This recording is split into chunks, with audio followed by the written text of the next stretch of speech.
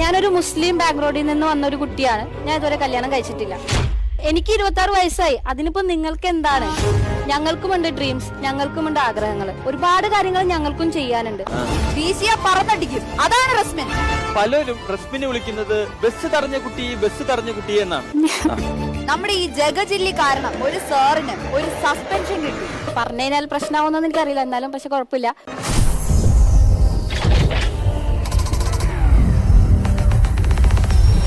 Physical education ടീച്ചറാണ്. എന്റെ വീട്ടിൽ ഉമ്മയുണ്ട്, അബ്ബ, ദീദി, അച്ഛൻ, അമ്മ, ചേച്ചി, അനിയൻ. ഓക്കെ, ദീദിയുടെ കല്യാണം കഴിഞ്ഞു. 3 അടിപൊളി കുട്ടികളുണ്ട്. അനിയൻ ഇപ്പോ വർക്ക് ചെയ്യാണ് ഒരു കാർഗോ സർവീസിൽ. ഉമ്മി ഇപ്പോ പ്രത്യേകിച്ച് ഒരു പണിയില്ല. ഫോട്ടോസ്റ്റാറ്റിന്റെ ഒക്കെ ഒരു ചെറിയൊരു ഷോപ്പ് ഉണ്ടായിരുന്നു. ഇപ്പൊ കൊറോണയ്ക്ക് ആയതുകൊണ്ട് തീരുമാനമായി. അപ്പൊ ഒരു ഹോട്ടലിലായിരുന്നു വർക്ക് ചെയ്തുകൊണ്ടിരുന്നത്. 2 കൊല്ലം മുന്നേ അക്കാര്യത്തിലും തീരുമാനമായതാണ്. ഇപ്പോ ചേച്ചിയുടെ വീട്ടില് അവിടെ ഒരു പലർക്കടയുണ്ട്. അപ്പോ അബ്ബയാണ് ഇപ്പൊ പോയി സഹായിക്കുന്നത്. കാര്യം ചേച്ചിയുടെ ഫാദറിലോ മരിച്ചുപോയി. അപ്പോ അബ്ബ ഹെൽപ്പ് ചെയ്യാൻ വേണ്ടി പോകും.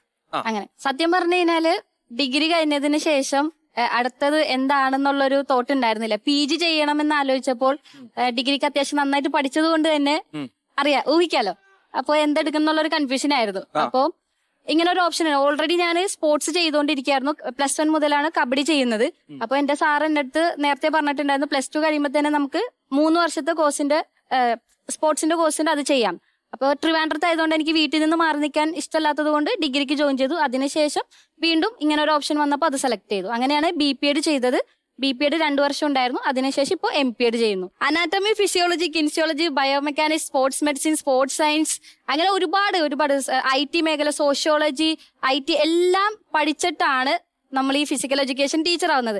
രാവിലെ 6:30 മണിക്ക് എഴുന്നേറ്റ് ആക്ടിവിറ്റി, 6 തൊട്ട് 8:30 വരെ, 10 മണി തൊട്ട് 1 മണി വരെ തിയറി, വൈകുന്നേരം 4 മണി തൊട്ടിട്ട് 6:30 മണി വരെ പ്രാക്ടിക്കൽസ്. അതിനുശേഷം അസൈൻമെന്റ്, സെമിനാർ, പ്രൊജക്ട്, റെക്കോർഡ് ഇതെല്ലാം കഴിഞ്ഞിട്ടാണ് കിടന്നുറങ്ങുന്നത്.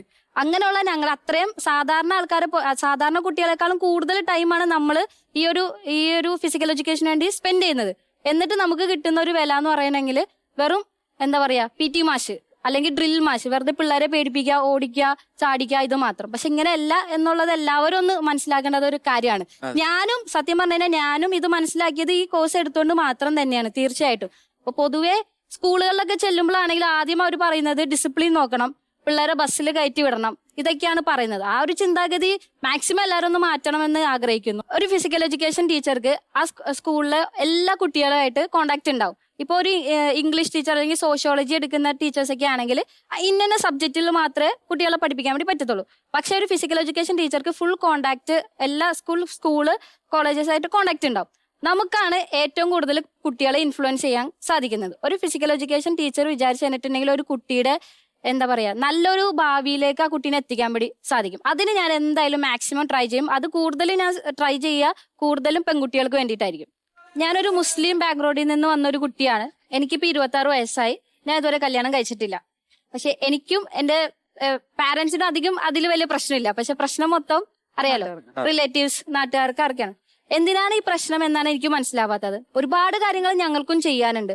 ഇപ്പൊ ഈ പ്രത്യേകിച്ച് മുസ്ലിം ബാക്ക്ഗ്രൗണ്ടിൽ നിന്ന് 20 വയസ്സിന് മേലെ ഒരു പെൺകുട്ടി കല്യാണം കഴിക്കാതെ നിന്ന് കഴിഞ്ഞിട്ടുണ്ടെങ്കിൽ ഒന്നില്ലെങ്കിൽ ആ കുട്ടിക്ക് എന്തെങ്കിലും പ്രശ്നം, അല്ലെങ്കിൽ എന്തെങ്കിലും അഫെയർ, അല്ലെങ്കിൽ വേറെ എന്തെങ്കിലും പ്രശ്നം എന്ന് പറഞ്ഞിട്ട് അങ്ങനെ നാട്ടുകാർ പാരന്റ്സിന്റെ അടുത്ത് വന്ന് വെറുതെ തുടങ്ങും. അപ്പോ അതിന്റെ ഒരു ആവശ്യമില്ല. അവരെ നിങ്ങൾ പഠിപ്പിക്കാൻ നോക്കുക, മാക്സിമം പഠിപ്പിക്കാൻ നോക്കുക, ഇൻഡിപെൻഡന്റ് ആക്കാൻ നോക്കുക. ആരെയും ഡിപ്പെൻഡ് ചെയ്യാതെ ആ കുട്ടിക്ക് സ്വന്തമായിട്ട് സ്വന്തം കാലിൽ നിൽക്കാനുള്ളൊരു വകുപ്പാണ് ഈ പാരന്റ്സ് ശരിക്കും ഉണ്ടാക്കി കൊടുക്കേണ്ടത്. അവരുടെ എൻജോയ്മെന്റിന് വിട്ടുകൊടുക്കാൻ മാക്സിമം ശ്രമിക്കുക. അതാണ് എനിക്ക് കൂടുതലും പറയാനായിട്ടുള്ളത്.